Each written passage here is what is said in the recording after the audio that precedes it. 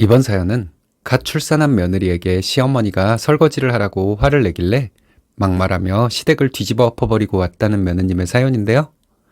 무슨 일이 있었던 걸까요? 함께 보시겠습니다. 사연 시작 전에 좋아요, 구독 부탁드리겠습니다. 채널에 큰 힘이 됩니다. 안녕하세요. 돌쟁이 하나 키우는 여자입니다. 너는 왜 바보같이 말을 못하니? 이런 말과 함께 욕도 푸짐하게 먹으며 살아온 며느리예요.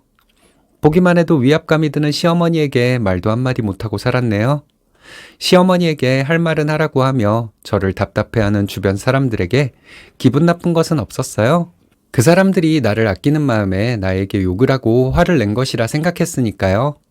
궁금해하시는 분들이 있을 것 같아 결혼 비용에 대해 먼저 말씀드리겠습니다. 저희가 결혼한다고 했더니 시댁에서는 지원금으로 5천을 줄 수 있다고 하더군요. 친정부모님께 전했더니 친정에서도 같은 금액을 지원해 주시겠다 했습니다.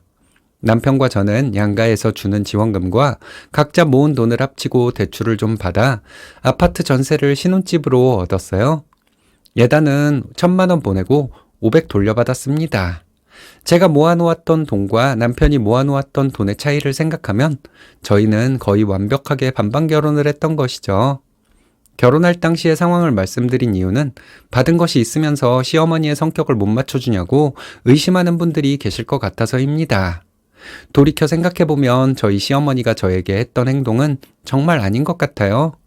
만약 저희 결혼할 때 시댁에서 집을 해줬다고 해도 며느리인 저에게 시어머니가 그런 행동을 할 수는 없을 것 같습니다.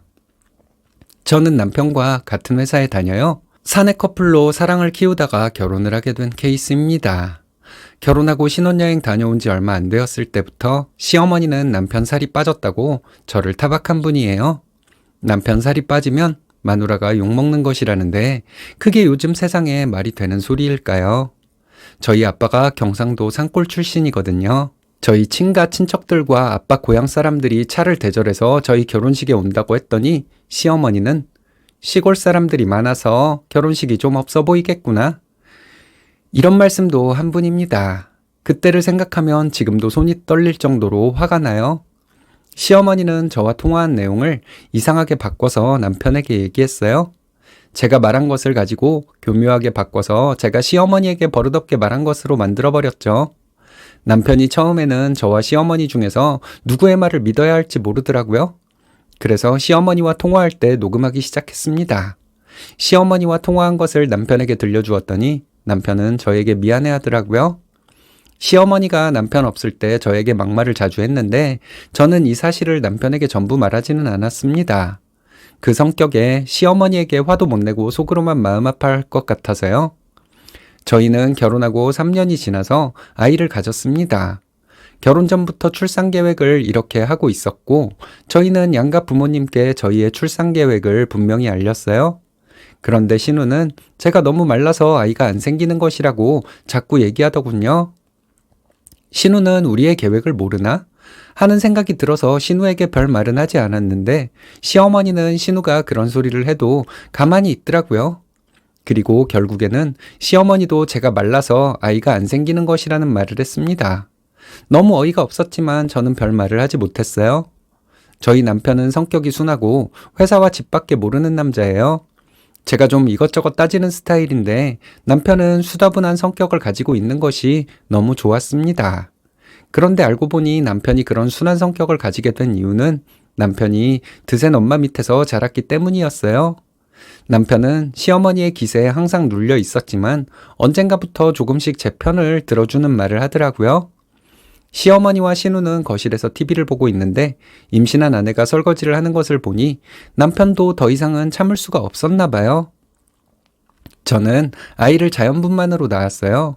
첫 출산이었지만 진통시간이 그렇게 길지는 않았습니다. 이틀 뒤에 퇴원했고 산후조리원에 2주 동안 있었어요. 저희 집은 시댁과 친정 모두 멀지 않습니다. 둘 다 차로 20분 정도 거리에 있어요. 산후조리원에서 퇴원하는 길에 저희는 시댁에 들렀습니다. 시댁에서 간단히 점심을 먹고 나니 시부모님과 신우는 거실 소파에 자리를 잡더라고요. 남편이 설거지를 하려고 고무장갑을 손에 끼웠는데 시어머니는 화가 난 목소리로 네가 그걸 왜 하니? 이러시더군요. 며느리가 있는데 왜 아들이 설거지를 하냐는 시어머니. 저희 아기는 시어머니가 안고 있었어요. 저는 푹신한 소파에 앉고 싶었는데 식탁 의자에 앉아 있었습니다. 아이를 낳을 때 절개한 부위에 통증이 남아있는 상태였거든요. 남편은 시어머니의 말에 아랑곳하지 않고 설거지를 시작했어요. 시어머니는 아이는 너만 낳냐? 내가 너를 낳아서 키워줬기 때문에 너네가 결혼도 하고 아이도 낳은 거지. 이러면서 또 소리를 질렀어요. 남편은 설거지를 하다 말고 뒤돌아보며 저를 보고 웃더라고요. 남편의 그 웃음이 저는 너무 슬퍼 보였습니다. 엄마 눈치는 보이고 아내 눈치도 보이고 남편은 중간에서 힘들어하는 것 같았어요.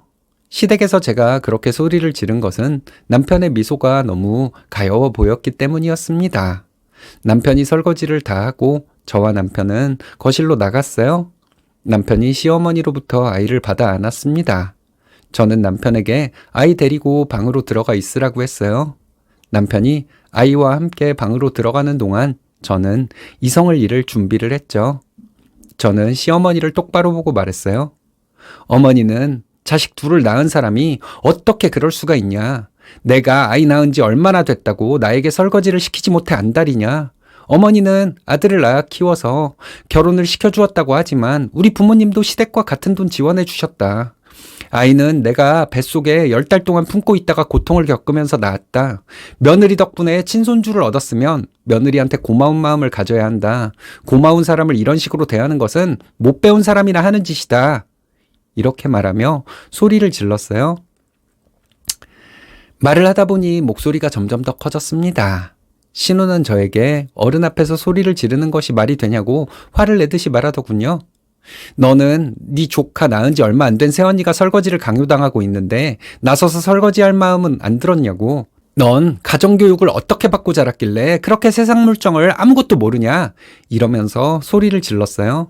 시아버지가 나서더니 어른들 앞에서 후회할 짓 하지 말아라 하시더군요. 저는 후회할 일 한 적 없다고 했습니다. 아버님은 아내와 딸이 저렇게 배워먹지 못한 행동을 할 때 뭐하고 계셨냐 했죠. 목소리 깔고 어른인 채 하면 다 어른 대접을 받는 거 아니라고 했습니다. 저는 이제 이 집 며느리 그만할 것이라고 했어요. 내 아이도 이 집 손자 아니니까 그런 줄 알라고 했습니다. 정신을 차려보니 남편이 아이를 데리고 거실로 나와 있더라고요. 남편은 저에게 가자고 해서 저는 아이 물건을 챙겼습니다. 남편은 저와 함께 나올 때 신발을 신으면서 시댁 식구들에게 이렇게 말했습니다.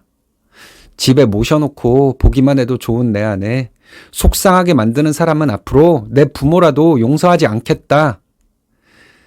남편의 말을 듣고 눈물이 터지려고 하는데 억지로 참았다가 시댁 현관문 밖으로 나와서 울었습니다.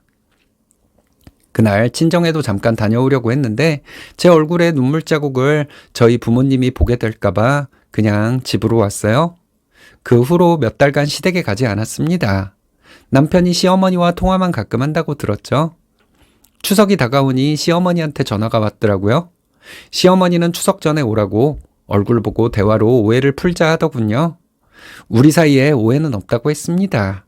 어머니를 비롯한 시댁 식구들은 나를 우습게 생각했기 때문에 그런 식으로 나를 하찮게 대한 것이고 그런 것들 때문에 내가 참다 못해 폭발한 것이니 평생 오해가 풀어질 일은 없다고 했어요. 다른 것들은 몰라도 임신 중인 며느리에게 설거지를 꼭 시켜야 직성이 풀린 어머니는 며느리 뱃속에 있는 손주도 하찮게 생각한 것이라고 했습니다. 내 자식을 하찮게 생각하는 분에게 내 자식을 보여줄 마음 전혀 없다고 했어요. 시어머니는 어떻게 해야 제 마음이 풀리겠냐 묻더라고요. 시부모님, 신우 함께 찾아와서 우리 부모님과 내 앞에 무릎 꿇고 앉아서 빌면 용서할지 말지 생각해 볼 것이라고 했습니다. 그날 남편이 집에 들어와서 저에게 시어머니와 통화했냐고 묻길래 시어머니와 통화한 내용을 말해 주었습니다. 그랬더니 남편은 화가 난 표정으로 시어머니에게 바로 전화를 하더군요. 아까 왜 거짓말했어요? 엄마는 아직도 그렇게 며느리한테 누명 씌우는 게 취미예요? 이러고 화를 내더니 이젠 나한테도 전화하지 마세요. 내 처자식 무시하는 사람은 누구도 용서 못해요. 이렇게 말하고 전화를 끊었습니다. 1년이 지난 얘기지만 아직도 시댁 식구들을 생각하면 몸서리가 쳐져요. 저는 시댁 식구들이 잘못되기를 바라며 살 것 같습니다. 아이 키우는 엄마가 나쁜 생각을 하면 안 되는 것을 알지만 어쩔 수 없을 것 같아요. 사실 저보다도 남편이 더 가여운 사람일 거예요. 이랬다 저랬다 변덕이 심한 엄마에게 맞춰주며 성장기를 보내야 했던 남편이 너무 가엽게 느껴집니다. 신우는 누구한테 지는 성격이 아니라서 시어머니는 신우에게 함부로 하지 못해요. 시어머니는 순한 성격을 가진 아들한테 화풀이도 많이 했을 거예요. 저는 남편과 아이를 생각해서라도 시어머니를 용서하지 않을 생각입니다. 예, 그러셔야죠. 어렸을 때부터 본인 엄마에게 억눌려온 남편이 아내를 위해 본인 엄마에게 반기를 들었다는 것은 아내를 엄청 아끼고 사랑한다는 의미인 것 같습니다. 그런 남편을 위해서라도 시어머니를 용서하면 안 될 거란 생각이 드는데 여러분들의 생각은 어떤가요?